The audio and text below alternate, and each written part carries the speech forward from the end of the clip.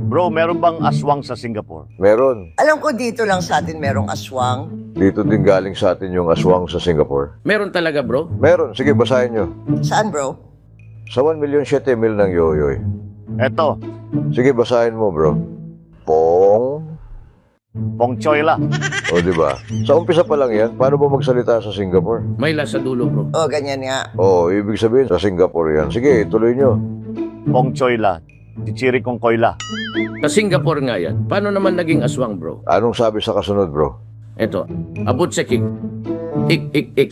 Ay, aswang nga. Ganyan na ganyan ang tunog ng aswang eh. Hindi lang yan. May tiyahin pa siya na aswang din, pero medyo mahina lang mag-isip. Meron bro? Tiyahin ng aswang sa Singapore. Paano mo nasabi, bro? Ano bang sabi sa kasunod, pakibasa? Bobo Chichang. Chichirikontong ng O, pakiulit yung unang sinabi. Bobo Chichang. O, di ba? Siya na mismo, inamin niya, medyo mahina daw yung